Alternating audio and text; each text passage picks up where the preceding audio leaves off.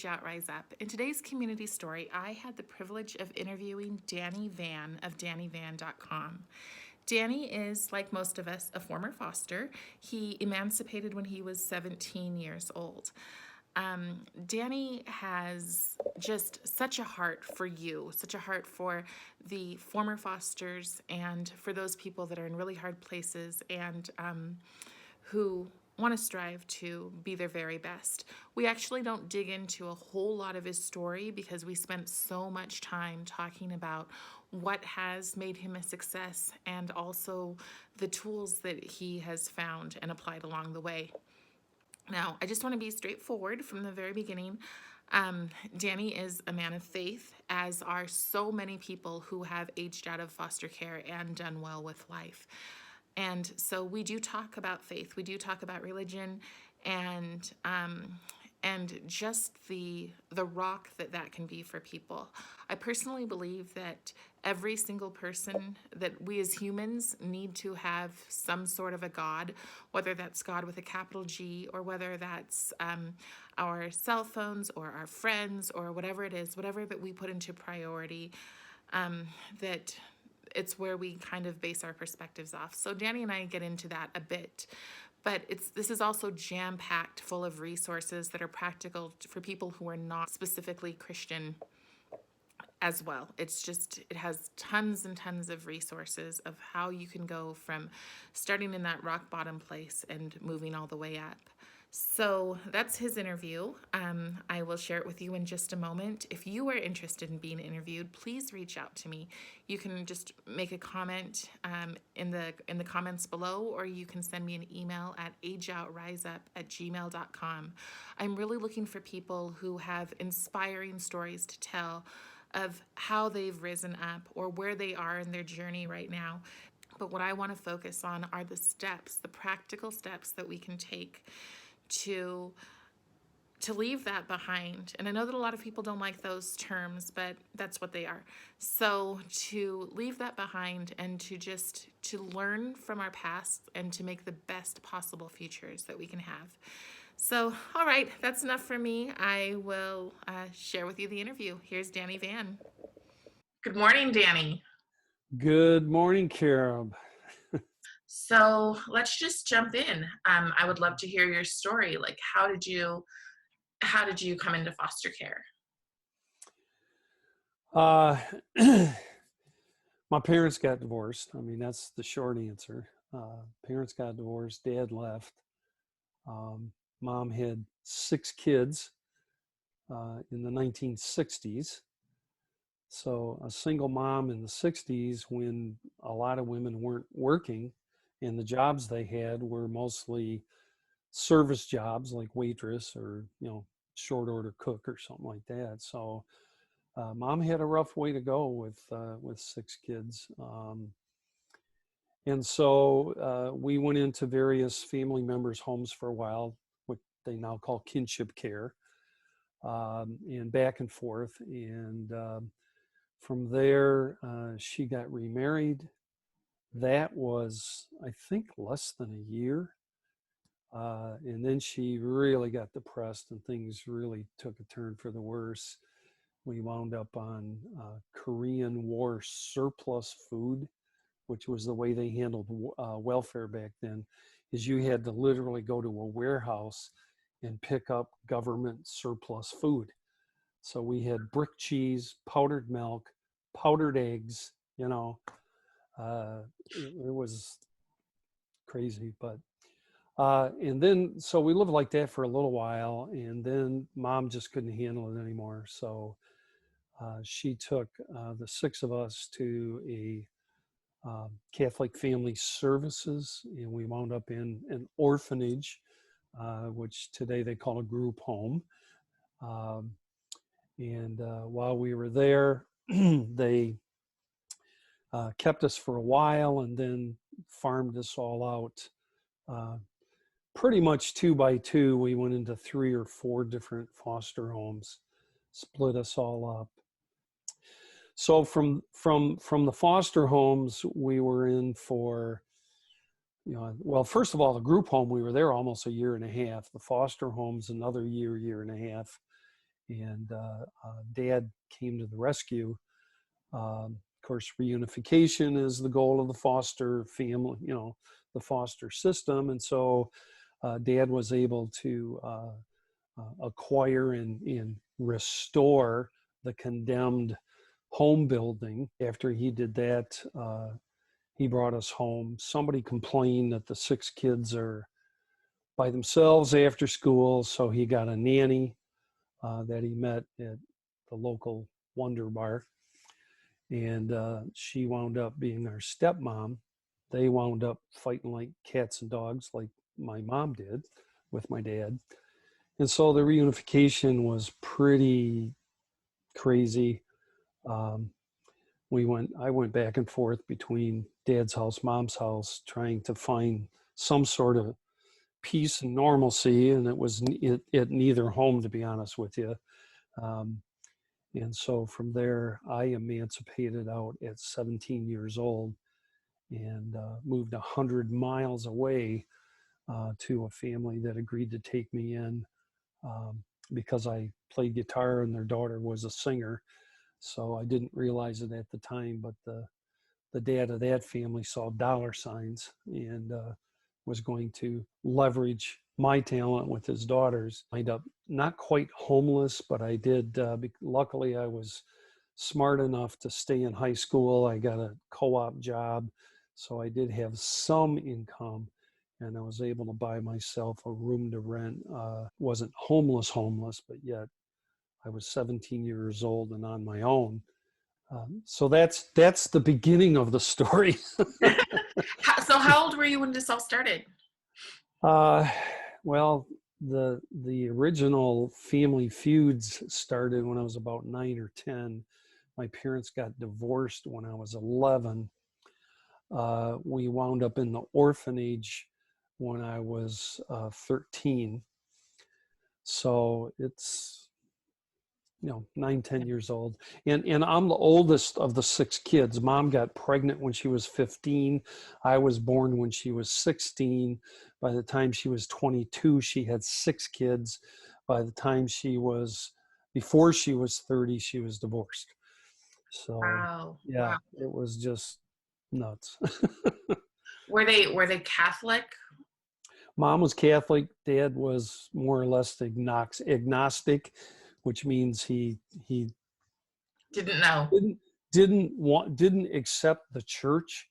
I Okay. think he respected there was a God or a higher power, but the Catholic Church he had no use for. And it's incredible because his mother was very religious and prayed and was part of the Salvation Army team and stuff Yeah. like that. But Dad, just to him it was like it was a bunch of nonsense, so.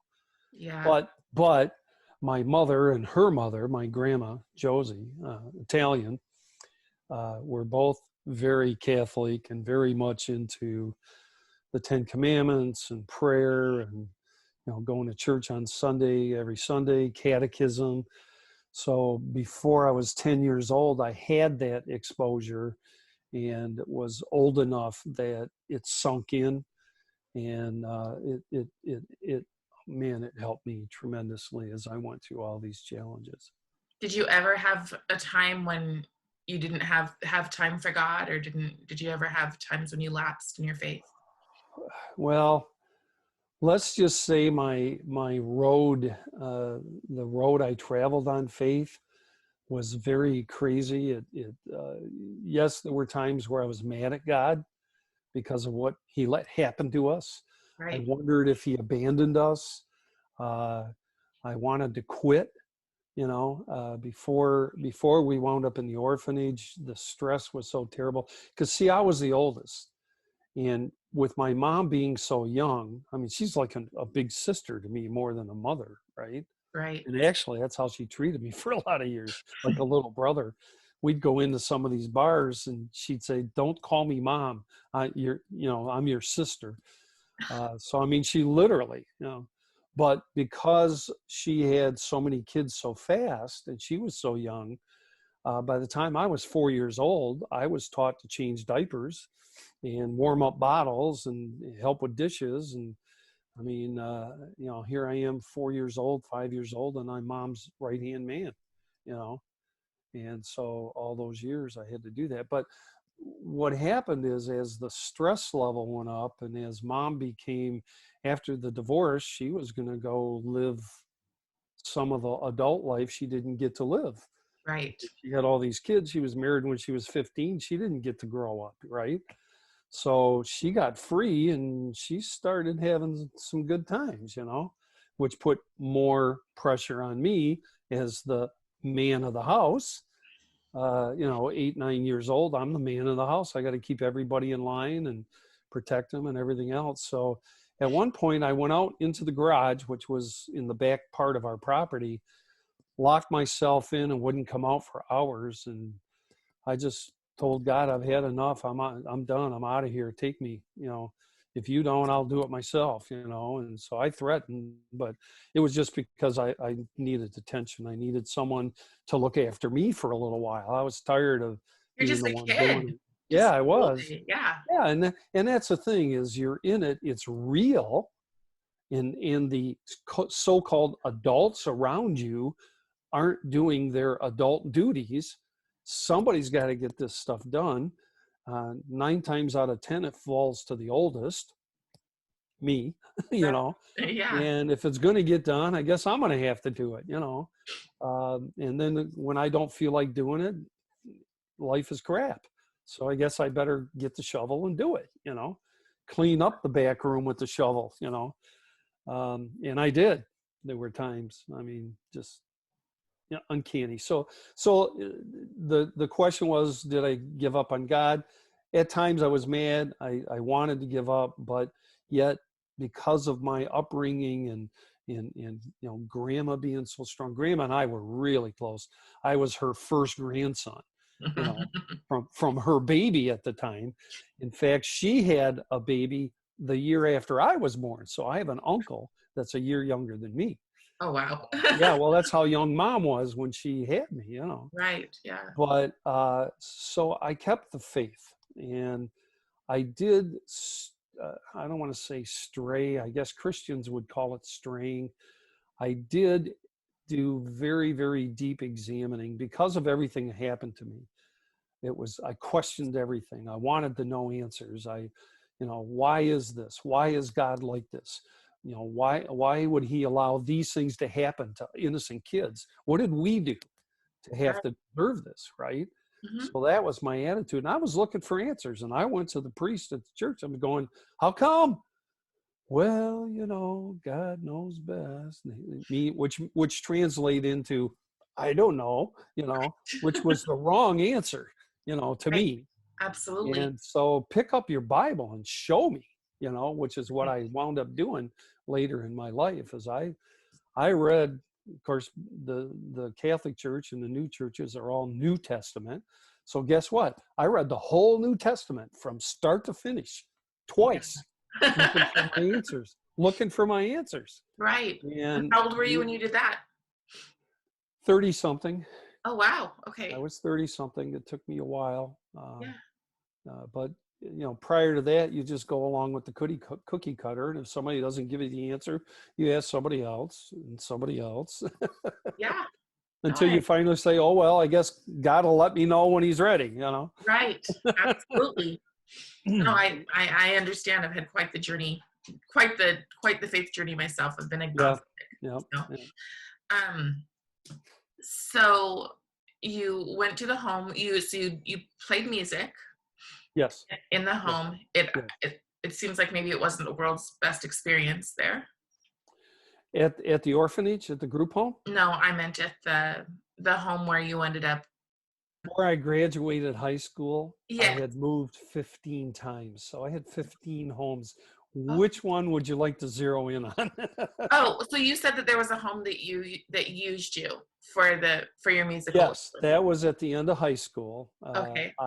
This was like, believe it or not, even when I went up to Cadillac, Michigan, which is where this happened, I lived in 4 different places in Cadillac in just 1 year before I graduated high school. Oh, But wow. the people that took me in when I first emancipated out, of my dad's care with my stepmother and the blended family, my stepmother did something for me that changed my life. And I later in life told her how much gratitude I had for it. She bought me my first guitar. And so music and God are what carried me through to this day, to be able to have something to hang on to that they couldn't take away from me. They Right. couldn't take God away because he's in my heart.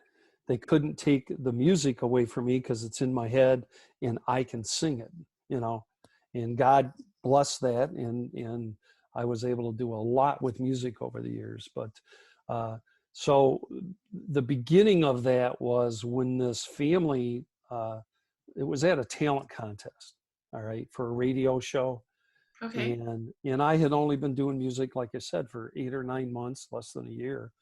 And I went to the talent contest, and apparently they came down from Cadillac to the talent contest. Everyone wants to get discovered, right? Mm-hmm. And so radio talent contest would go, man, be there, you know.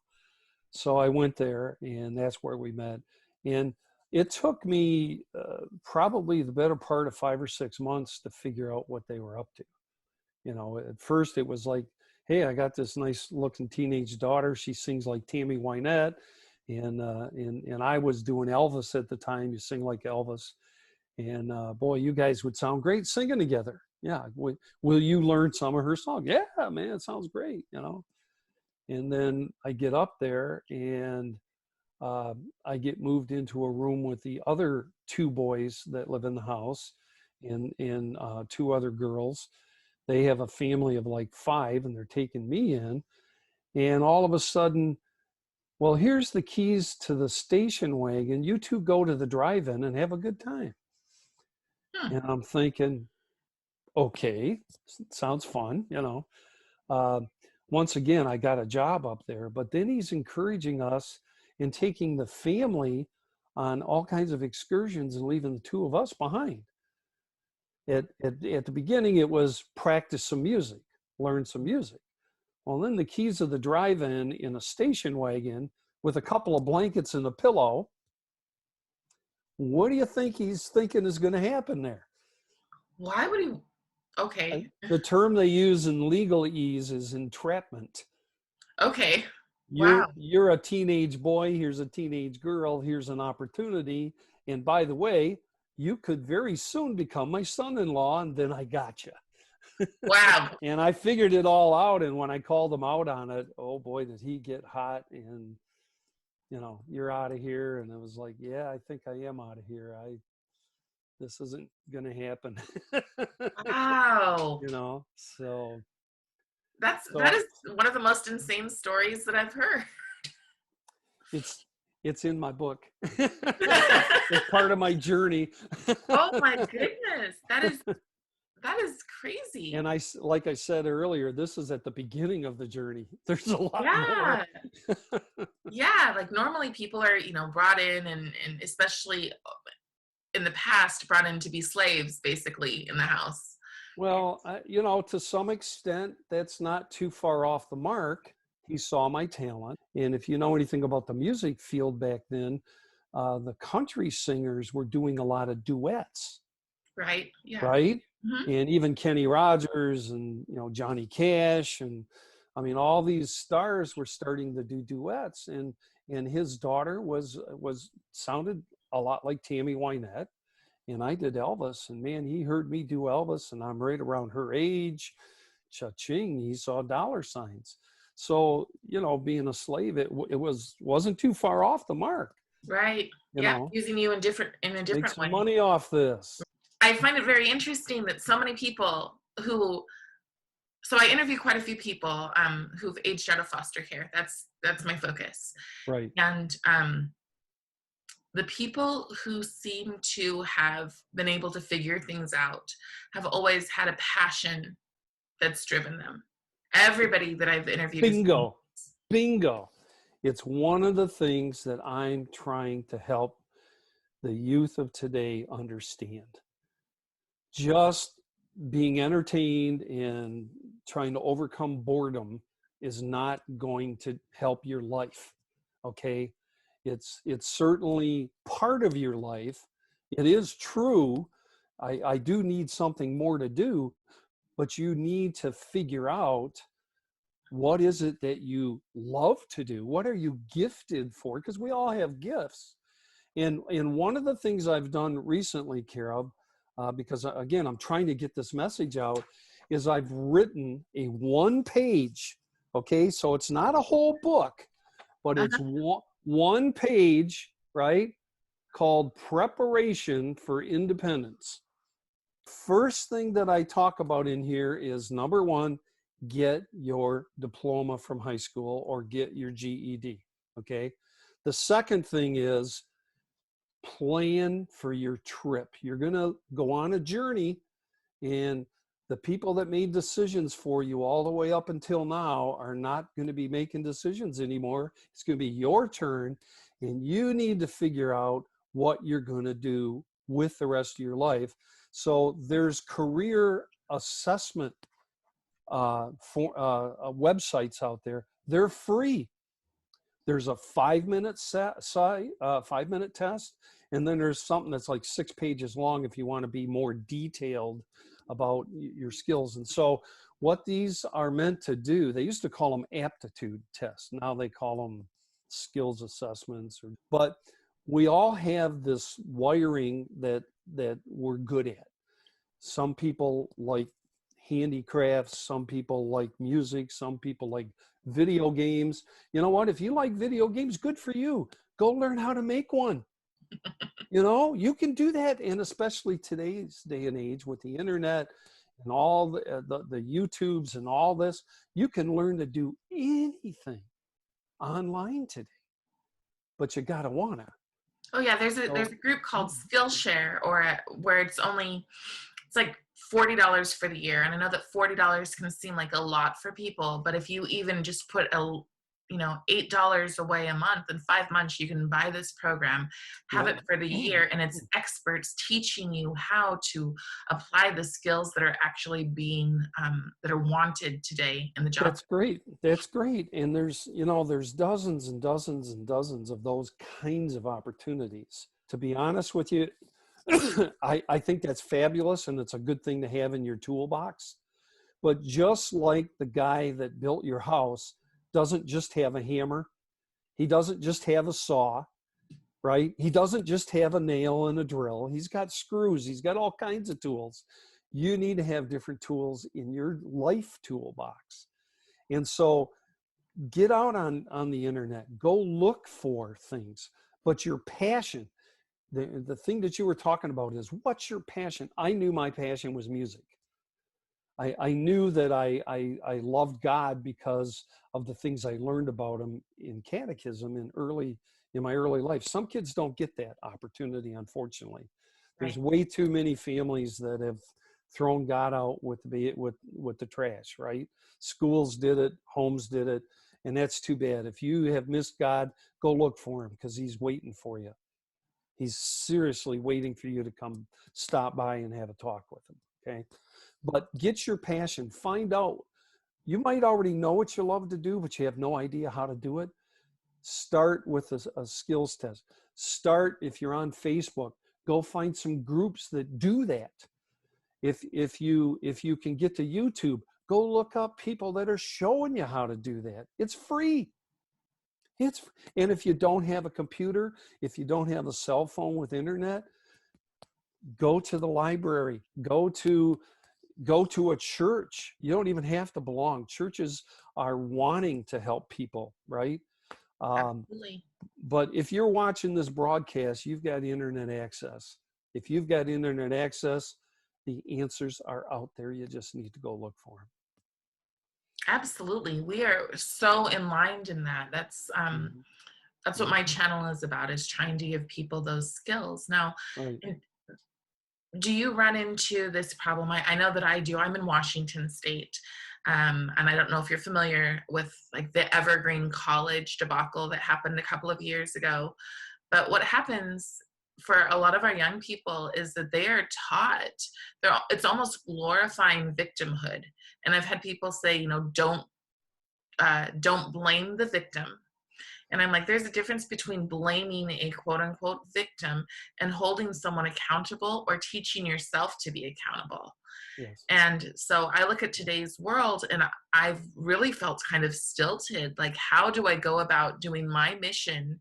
And I do consider this work a mission. Right.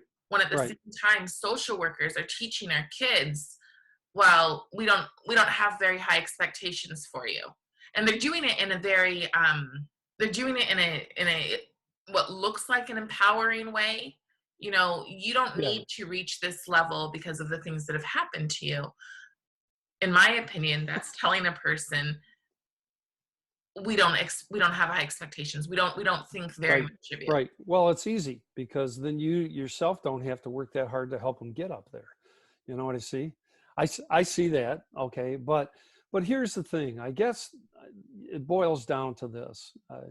There's the old wise man saying about, if I give you a fish, you can eat for a day. But if I take the time and teach you how to fish, you can eat for a lifetime, because you can always go get your own fish. So that applies to every one of us who have been through the system. We may have been bruised, we may have been beaten, we might have been abused in all kinds of different ways. But guess what? As soon as you age out and as soon as you step out that door, none of that really it matters anymore, because it's all gone. It's like taking a trip down a river or down a road. The signs behind you aren't going to help you get where you're going, right? You're past them. It's over. Get over it. It's easier said than done. I had problems. Folks, I was in counseling over 15 years, so I'm not saying it's easy, but work at it. Don't just roll over and say, oh, well, poor me, look what they did. Feed me. Do you really want to be spoon-fed for the rest of your life? If you do, you might as well turn this off, because I can't help you. Seriously. No. Seriously. What do you want?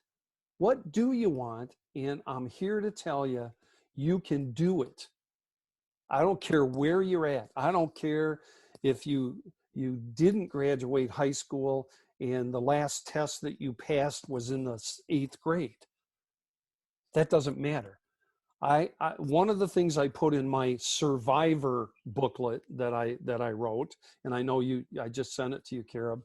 One of the things I put in there in resources to help is some links that help you, encourage you. Okay, the first link that I put in there is 16 stories about people who became wildly successful after having all kinds of trauma in their life.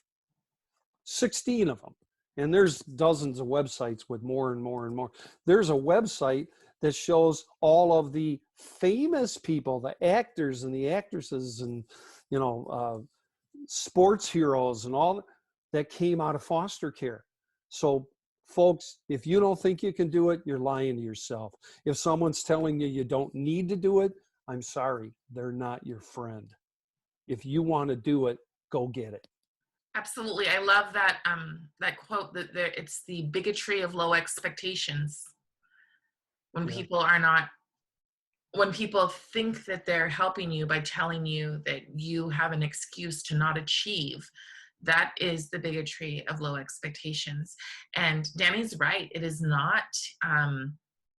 It's not particularly easy to get over it, but it's not cruel to tell you, cruel with the R in there. It's not cruel to tell you to get over it, because we are all capable. We all have so much potential, and we can get caught up in the fact that bad things have happened to us, Yep. especially when our teachers and our social workers and society and Instagram, are all telling us that we deserve to have things handed to us. Because even though people can say we deserve to have things handed to us, the reality is that you don't generally feel good when that happens. You know, have you ever Yeah. like looked in the mirror and not been proud of yourself? Yeah. That's kind of what Yeah. happens when people just hand you Yeah. things. Now, that's not to say there aren't times when you are trying, you get a job and you lose the job, but you've been there for, I don't know, a year or something like that, and you have unemployment benefits. Okay. Absolutely. I struggled with that when it happened to me. I had worked for 21 years Mm, at the phone company. Okay. And they downsized me. I was crushed. And I was one of the people who wouldn't take handouts. I didn't want people to get, I was going to go get my own. If I had to go pick potatoes out of a field, I was going to earn my own way. Okay. right. No matter what. Okay. So I had a hard time going and collecting unemployment benefits. But you know what I finally figured out?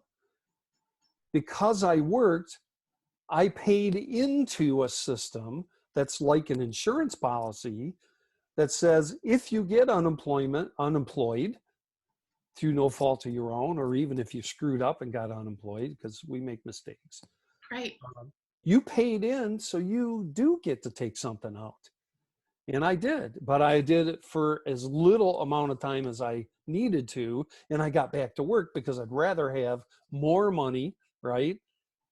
Yeah. And be able to do things I wanted when I wanted. Because as soon as you take something from somebody, you become the slave.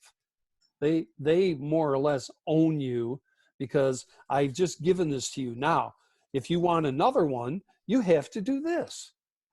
And you can't do that, by the way. How many times have we heard in the last 10 years that people that are on welfare are trapped because if they go get a job, their welfare benefits come down.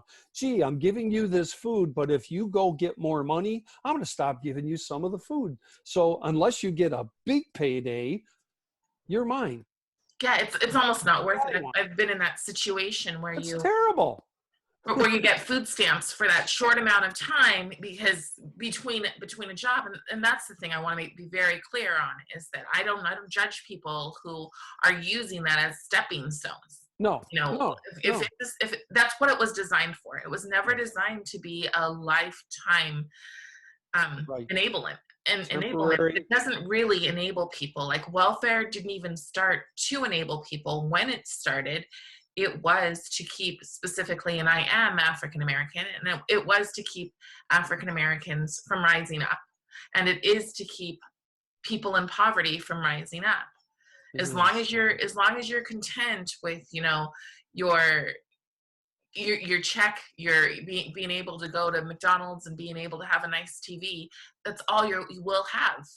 So And there's your key word again. It goes back to passion.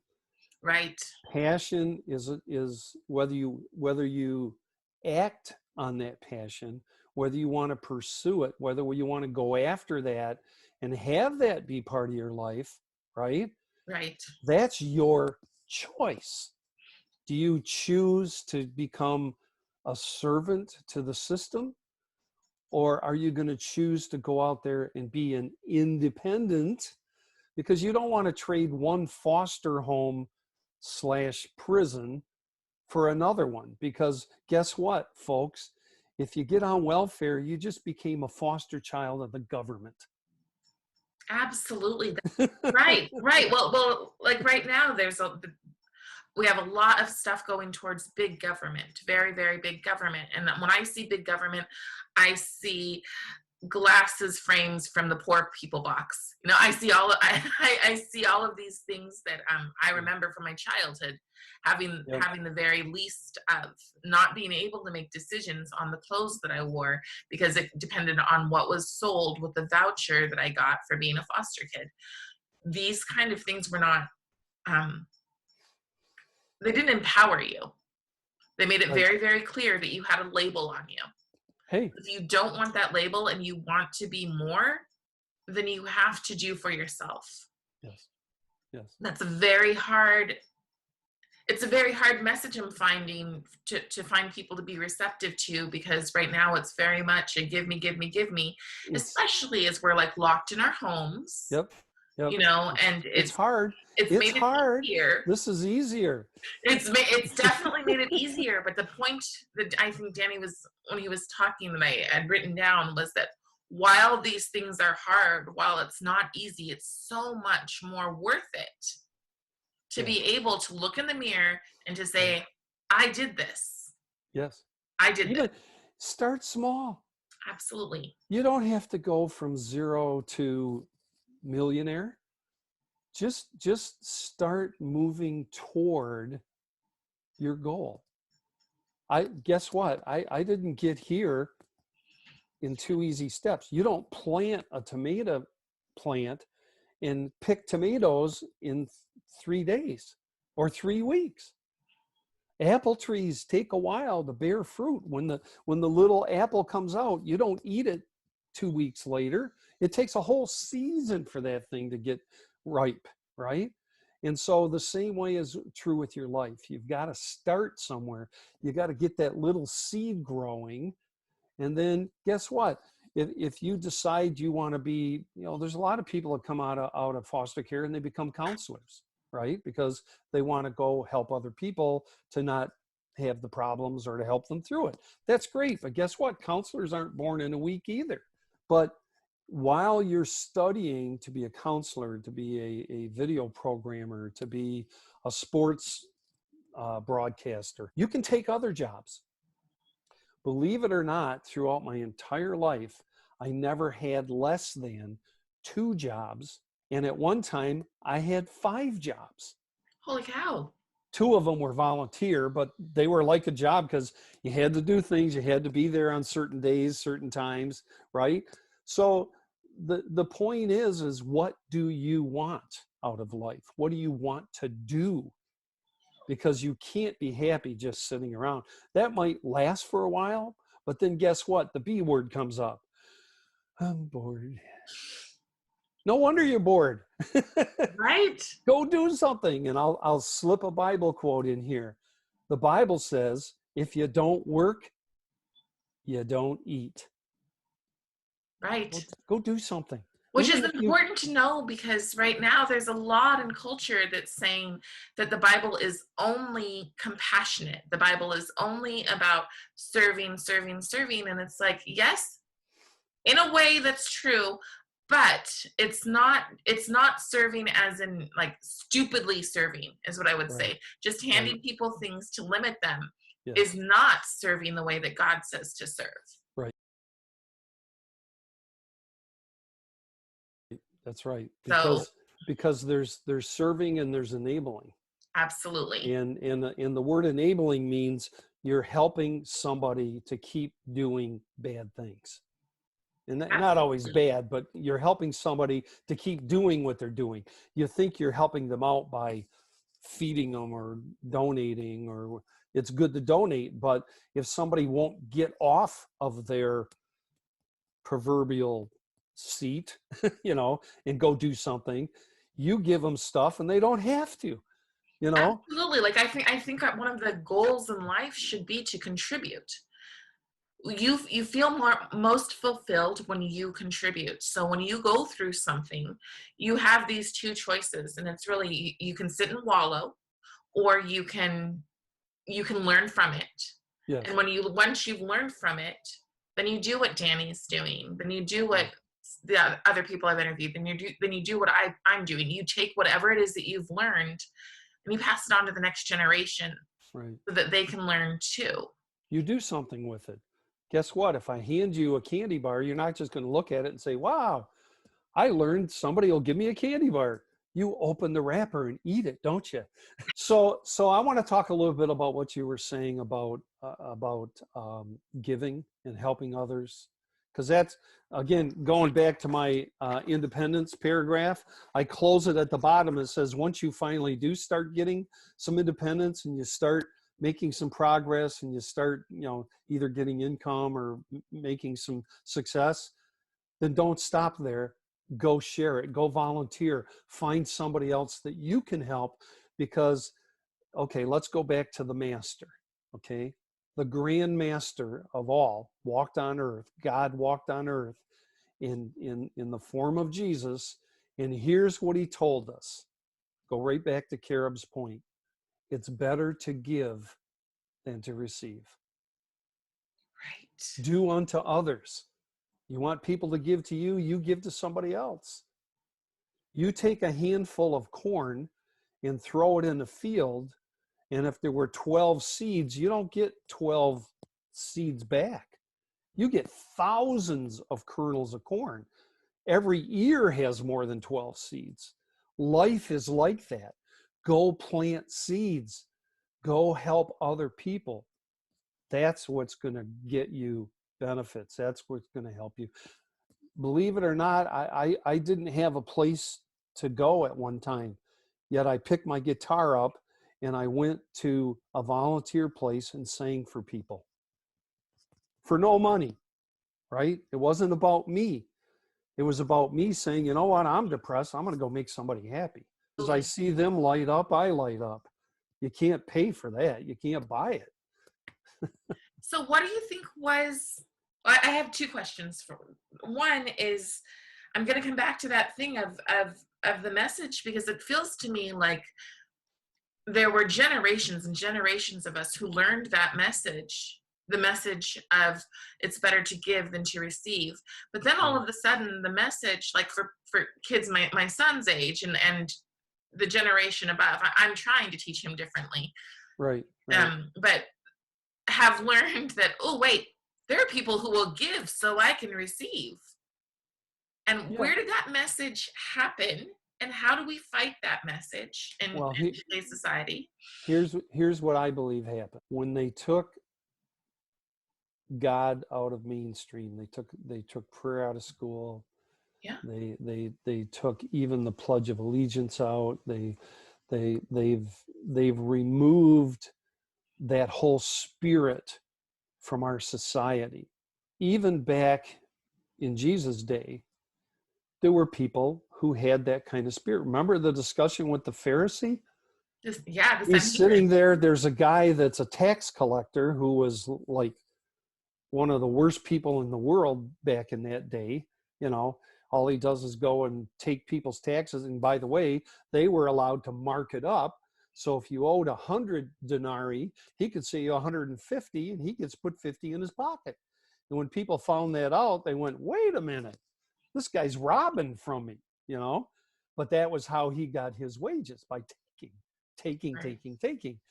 So the guy shows up at the altar or at the temple, the church, and he's praying to God. The Pharisee, who's the one who's got the big fancy robe, and he gets all of the offerings, and he got, you know, the church is taking care of him, and he's the guy with all the brains, yada, yada, yada. He sits there and looks down on the tax collector and says, God, I'm glad I'm not like this bum. You know, he's terrible. I come here every day. I do all the things you tell me to do, right? He isn't giving, though.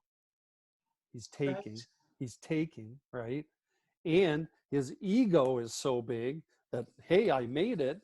I'm one of the good guys, and this guy's a bum. I'm glad I'm not like him. In the meantime, the bum shows up and he says, God, I hate myself. I'm not worthy. He wouldn't even look up to look at God in the story. And he says, forgive me because I'm a taker. They don't tell those stories anymore because it makes people feel bad, right? Right. We started a feel-good movement back in the 60s. If it feels good, do it. Love the one you're with, you know.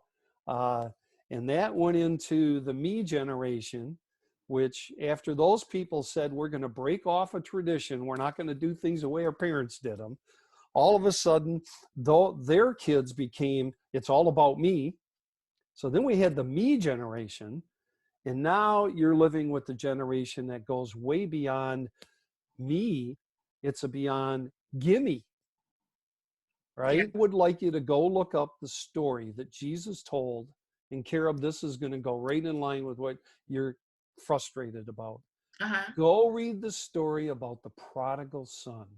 Dad, give me all my inheritance now. I don't want to wait for you to die. I want mine now so I can go enjoy my life now. I don't want to sit here and work on your farm for the rest of your days, right? And dad said, okay, go ahead. He gave him his inheritance. The prodigal son took off. He spent years blowing every penny, wine, women, and song, and fun, and traveling.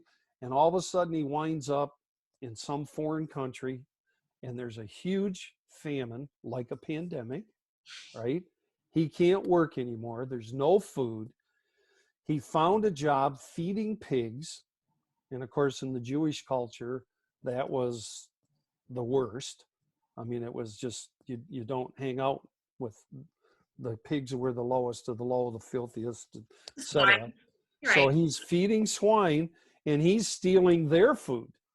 And then all of a sudden he remembers, wait a minute, my dad has this huge estate. He's got this huge farm going on, and he has workers, slaves back then, and they're eating better than I'm eating. So maybe if I go back and ask my dad to just make me a slave because I did wrong, he apologized. He realized that he spent the wealth and that he was very selfish. And now all of a sudden he's getting his reward. Don't give, just keep taking. Guess what? Pretty soon, when you take and take and take, if you have a bank account, if you've got a bag of chips and you take and take and take, someday it's empty. Right. And he ran to his empty bag of chips, right? So he goes, I'm going back to the source. I'm going to go get some more chips. But he didn't just go get more. He went back and said, I'm sorry, right? And even before he said he's sorry, his dad said, I'm so glad you're home. Now, notice in the story, Carob, dad didn't go chasing him. Dad didn't say 1 year's enough, 2 years is enough. That's enough. Save some. Come back home. Dad said, I love you enough to let you go figure it out for yourself.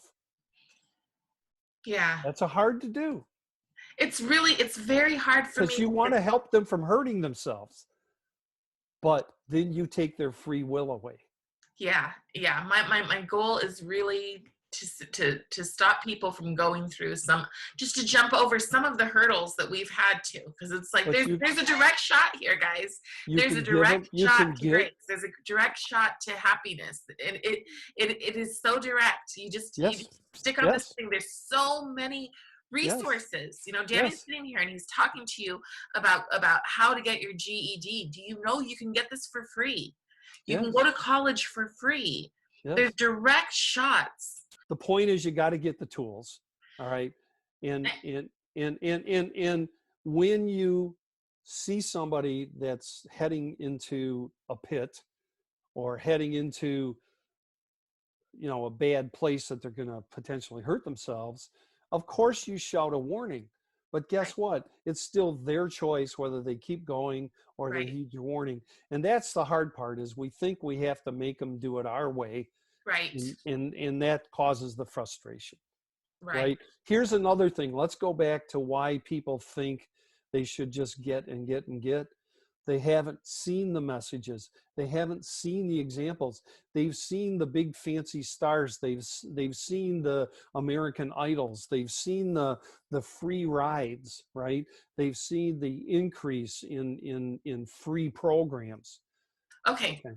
so I think that the thing that people are missing is humility. Yeah, but they don't know it. This is the problem, is they don't know. Why is it like this? How did it get like this? All right. Especially in the realm of being a young child, from anywhere from what, 7, 8 years old all the way up through high school. You look around you and you want to do the things you see people doing. That's your normal. My family is normal. Whatever they do is normal to me because that's all I ever knew, Right. right? as I get into middle school and early high school, I want to please the people around me, my peer groups, right? I want to learn to do the things that make people happy. And then toward the end of high school, it starts to turn to me. I want. This is what I want to do. I don't want to be told what to do anymore. I want to figure things out, or I think I did figure things out. And one of the ways we figure things out is by what we see happening around us, right? Right. So what's missing is there aren't enough people showing them how to pick up the last piece of candy and give it to someone else. There aren't enough of those examples. So once again, going back to my material here that I'm trying to help share with people, the survivor basics. Can I put that, can I link that? Please do. It's Okay. free. Okay, Yeah, great. it's there. Yeah. Come to my website, dannyvan.com. There's more. This Okay. is just a snippet. Okay. There's very little in there, but there's a lot for somebody who has nothing. So here's the point. You become like the people that you surround yourself with.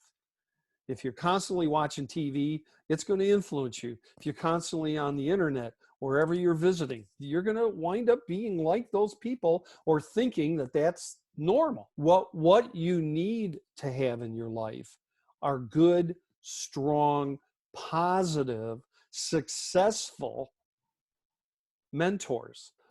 When I was in high school, struggling with everything going on around me, one of the best things that happened to me is I was humble enough, back to your humility.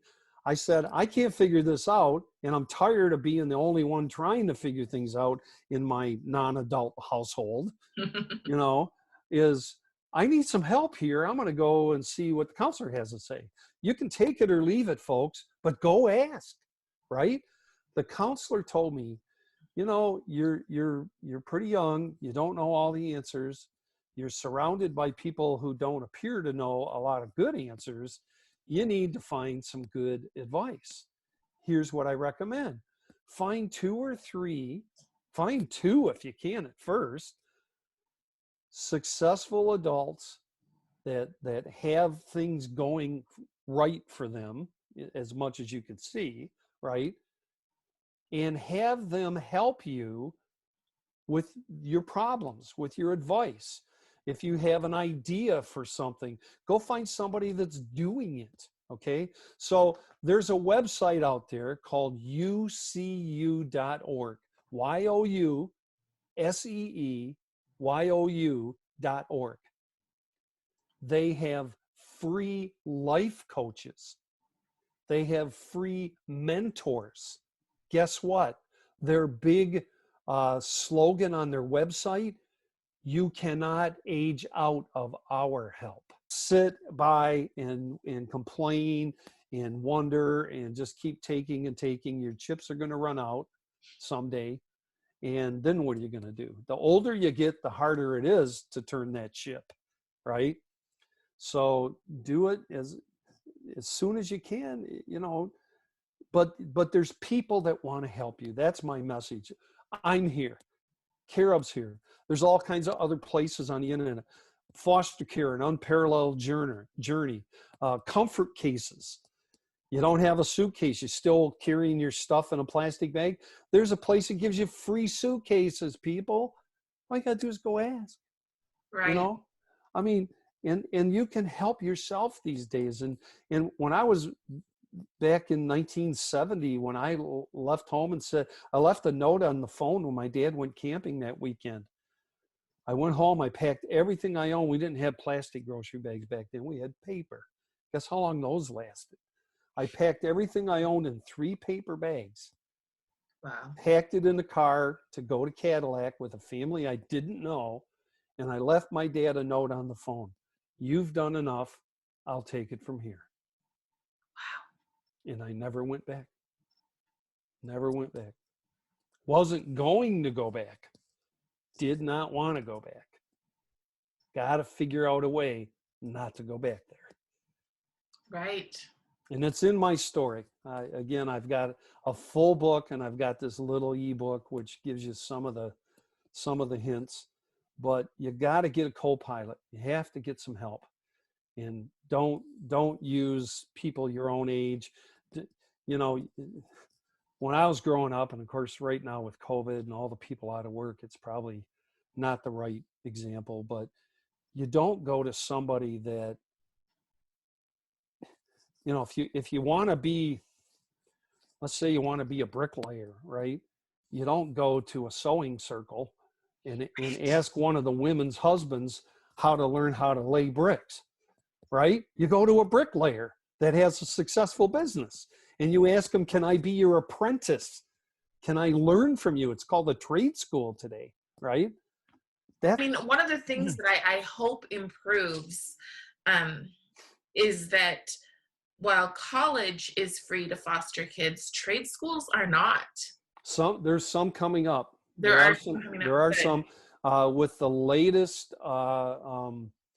legislation that just came out. It's part of the COVID legislation for fosters. Okay. Part of that does include some sort of trade schools. I don't know which ones. I haven't taken a deep dive into it, but I did see it that they are opening some of that up.